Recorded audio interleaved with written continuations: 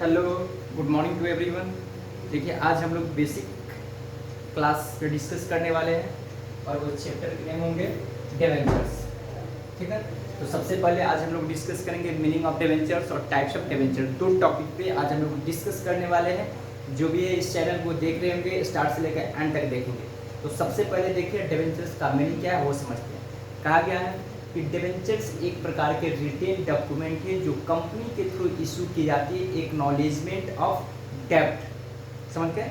मतलब कि डिवेंचर्स जो है एक कुछ नहीं सिर्फ एक रिटेन डॉक्यूमेंट है जो डेब्ट के लिए एक एक्नॉलेजमेंट है। ठीक ना, एक डेब्ट की जानकारी देती है।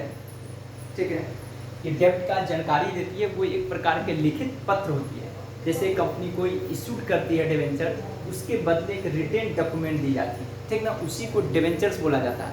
या अगर कहा जाए कंपनी एज अकॉर्डिंग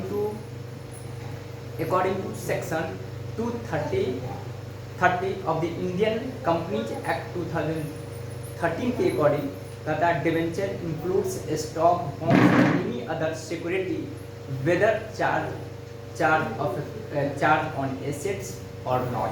मतलब कि डिवेंचर में शामिल किया जाता है कोई स्टॉक को, बॉन्ड्स को और एनी अदर सिक्योरिटी, चाहे वो कंपनी का एसेट्स पे चार्ज हो या ना। समझ गए? इसलिए कहा गया, फिर से मैं रिपीट करता हूँ, debenture is a written document और certificate issued by company for repayment of issue of company for या यूँ कह सकते हैं debenture is a written document और सर्टिफिकेट ठीक है, यहाँ पर देखिए लिखा हुआ issued by companies acknowledging a डेब्ट and containing a contract for repayment of the principal at a specified time and for the payment of interest at a fixed date। समझ गए? एक रिटेन डॉक्यूमेंट है जो कोई कंपनी के through issue की जाती है। किसके लिए? जानकारी के लिए, तो डेब्ट की जानकारी के लिए, और साथ साथ उस पर लिखा हुआ है उसका प्रिंसिपल अमाउंट कब पेमेंट किया जाएगा और साथ साथ इंटरेस्ट को कब पेमेंट की जाएगी, उसे हम डिवेंचर कहते हैं। और देखिए according to section 230 of Indian companies act 2013 debentures includes stock bonds and any other security of companies. ऐसे देखिए डिवेंचर और बॉन्ड्स में थोड़ा डिफरेंस भी होती है, लेकिन दोनों सिमिलर है। क्योंकि देखेंगे बॉन्ड्स जो होती है अक्सर ये गवर्नमेंट इशू करती है, लेकिन अब जो है गवर्नमेंट और नॉन गवर्नमेंट दोनों इशू करती है, लेकिन अक्सर बॉन्ड्स गवर्नमेंट इशू करती है। अब आते हैं डिस्कस करेंगे। तो इसलिए हम लोग कह सकते हैं कि डिवेंचर जो है कंपनी के लिए एक प्रकार की लायबिलिटीज है। समझ गए ना? डिवेंचर कंपनी के लिए क्या है? लायबिलिटीज है। ठीक है, ये अक्सर लॉन्ग टर्म के लिए होती है। ठीक ना, अब देखें टाइप्स ऑफ डिवेंचर में आएंगे। Types of debentures. ठीक है, एक होती है रजिस्टर्ड डिवेंचर, रजिस्टर्ड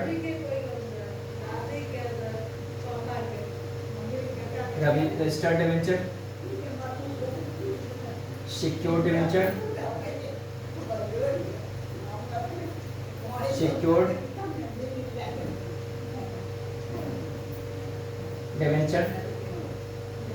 थर्ड में होगी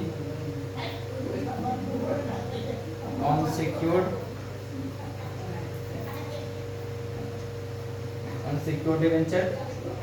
ठीक है, उसके बाद मैं फोर्थ में कर सकता हूँ registered debenture, secured debenture, unsecured debenture, redeemable debentures,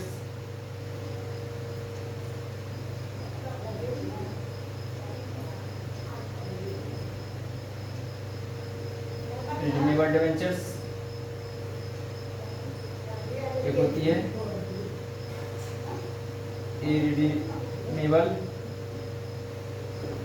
irredeemable debentures. ठीक है, उसके बाद होती है कन्वर्टेबल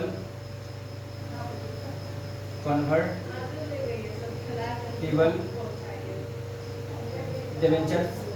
उसके बाद होंगे नॉन कन्वर्टेबल डिवेंचर्स,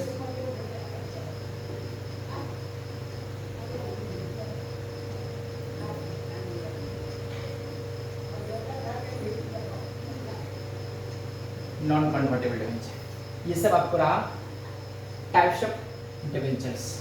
ठीक है, आई होप कि आप लोग समझ पा रहे होंगे।